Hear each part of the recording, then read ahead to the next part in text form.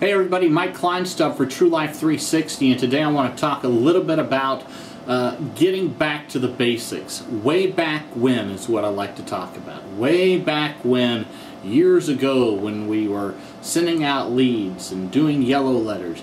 But the main thing we did when we looked for owners to sell or to buy from, we would knock on doors. We would go, get out on the street, get the foreclosure list, and actually knock on their door and see if they wanted to sell the house, see if we could buy it. They could see us face to face, and there was never any question who we were, what we were. We would always meet them right at the door. I'm interested in buying your house. I'm looking at some of the houses on this street and thought maybe you or one of your neighbors might be interested in selling. It really gives a more personal level than sending a letter.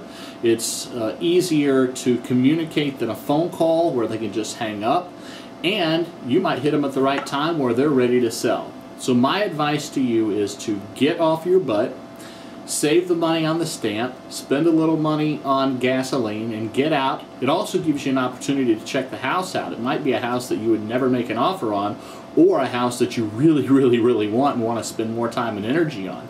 So my suggestion is get in the car, get your list, map it out. You can do it on Yahoo or Google Maps. You can map out a route that might work. Spend a couple hours in the car, knock on a couple doors, and I'll bet you come away with a lead or a purchase that you never expected. And you never know when that $100,000, $200,000 deal is just waiting for you to knock on their door.